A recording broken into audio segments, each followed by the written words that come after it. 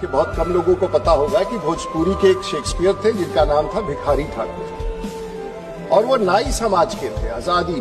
उनका जन्म हुआ था 1887 में, और वहां से निकल के छपरा के एक दूरगामी गांव से निकल करके वो कलकत्ता गए, जहां नाई का काम करते थे। लेकिन पता नहीं उनको उस काम में पसंद नहीं आया और लौट करके वापस बिहार छपरा में आ गए। और उसके बाद उनके बारे में जो कहा जाता है भोजपुरी में, उनका जन्म 18 दिसंबर 1887 को हुआ और मृत्यु 10 जुलाई 1971 को बिहार के सारण जिले के कुतुबपुर दियारा में पैदा हुए भिखारी ठाकुर एक चर्चित गीतकार, गायक, नाटककार, नृतक और सामाजिक कार्यकर्ता थे।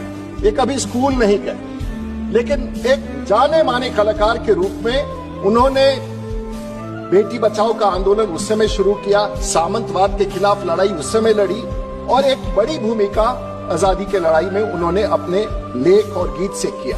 और उनको औपचारिक शिक्षा नहीं था। अपने फन के जरिए लोकप्रियता की बुलंदियों को छूने वाले भिखारी ठाकुर ने करीब 84 वर्ष में उनकी मौत हो गई। भिखारी ठाकुर अपने बात समाज को सामने रखने में कभी डरते नहीं थे। हालांकि वो पिछड़ी समाज से थे, नाई जाति से थे, और आज भी गांव गांव तक उनकी तूती बोलती है, उनके लेखनी का, उनके कलाकार का, उनके गीत का। उनके नाटक इतने शानदार होते थे मांग बताइए कि उन्हें देखने के लिए भीड़ उमड़ जाती थी, आज नहीं आजादी के पहले। और वो उन्होंने देश के सामंतवादी संस्कृति व गवई लोगों पर चढ़े हुए जातीय समुदाय व रंग के खिलाफ गीत गाते थे और लोगों को जगाते थे।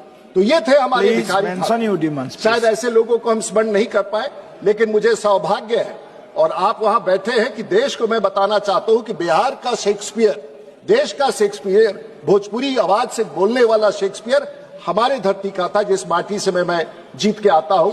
मैं भारत की सरकार से और बाकी लोगों से भी समर्थन मांगूंगा कि ऐसे व्यक्ति जिसके इतिहास है, जो शेक्सपियर हमारे भाषा का, उन्हें सम्मानित किया जाए। सरकार जो भी उचित समझती है, पद्म भूषण, पद्म विभूषण, भारत रत्न, लेकिन निश्चित रूप से मरणोपरांत उपलब्ध कराया जाए, ऐसी मेरी मांग है। लक्ष्मीकांत निषाद जी।